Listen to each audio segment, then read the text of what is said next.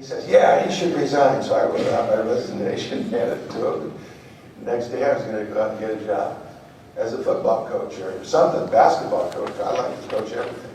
And so JD calls me and said, well, Al, I've thought it over and I've decided to tear up your letter of resignation. So that was it.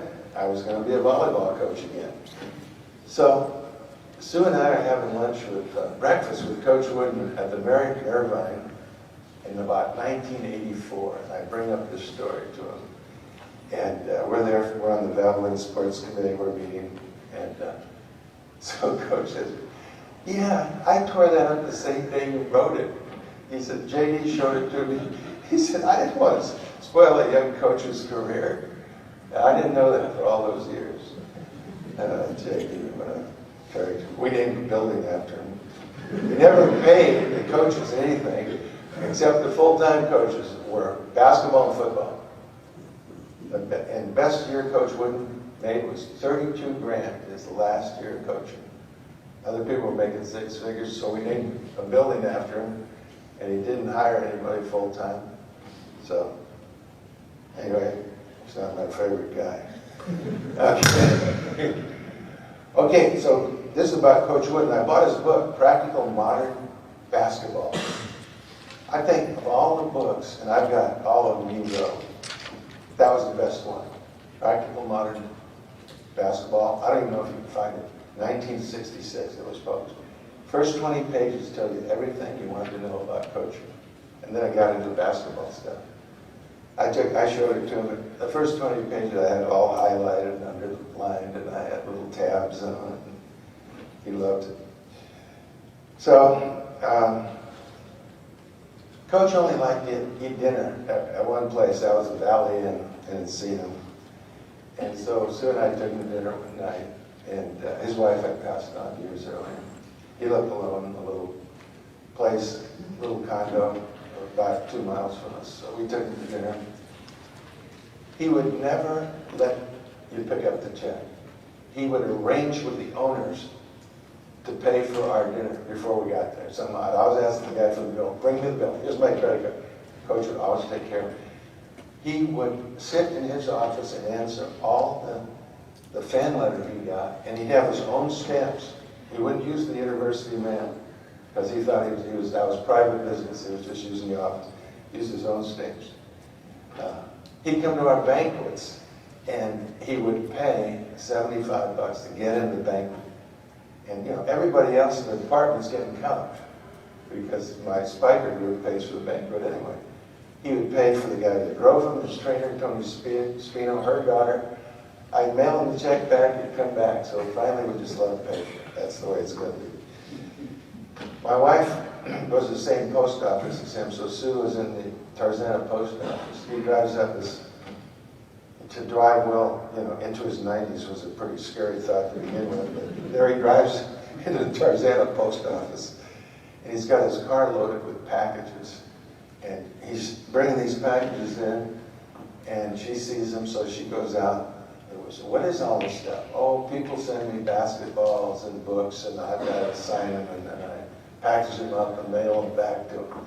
So we found out he was in there all the time doing that. He'd always sign, always take time to make people feel special. I'd walk by him at the basketball games. He sat in the corner because he had trouble walking, and he eventually was on a walker. But you know, there would be a line waiting to talk to him. One guy would bring a basketball for him to sign every game. He must have bought 32 basketballs, and he probably put them on eBay for, you know, $800 each time he saw them. But he'd sign it, be nice to the guy. And just the way he was. It made you feel special. So that's just a few little things about Coach I just wanted to share. There's some other stories too, but this, you know, I'm gonna move it on here. Oh, 79. Okay, we go 30-0, win the NCAA championships. And I've got the 2 best middle blockers in the game, Rick Amon and Steve Sammons. And so the USA team wants them for the summer. They're playing down in South America. So Carl McGowan's the coach. He takes my 2 guys, and they come back for the 1980 season.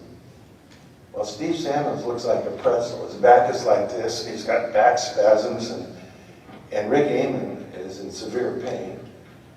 So we have them checked out. They both need operations. They've been shot up all summer and played all summer on these parquet floors down in South America. So Steve says, I'm going to rehab it. Okay. Rick goes and gets the operation, sits out all year, comes back in 81 as an outside hitter because I didn't want to play him in the middle anymore. Rick Amon, I invented something called the Vertec. It's maybe you have it in the program, the red, white, and blue veins, you jump up and hit him. Rick Amon jumped 44 inches before that operation. He's from Puerto Rico. He played professionally for about 13, 14 years. And by the way, we measured the basketball team. Volleyball players jump way higher than basketball players. I'll tell you that right now. Because that's all we do is jump. Jump, jump, jump. So, so Rick comes back and he can play a year later. I'll get to Steve in a minute. So, in the fall of, we went to Japan and had a great tour in '79.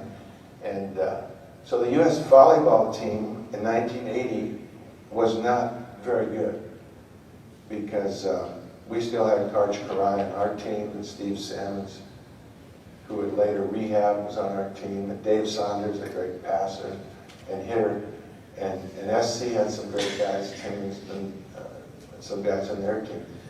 So USA Volleyball sent the UCLA team to Taiwan to play in an international tournament. Well, there were 23,000 people there watching us in the finals, and the place was packed. And the president was there, the prime minister was there. And I may have mentioned this once before, but you may not have been there, but they had this great lion trophy, which we have in a case in the Hall of Fame now. The guy, Ricky Louis, bring that back for me.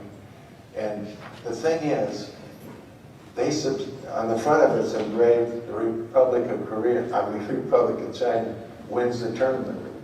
And on the ass end, under the tail, it says UCLA, just in case we won. Well, we won. I've got the tail facing the window, so everybody can see we won.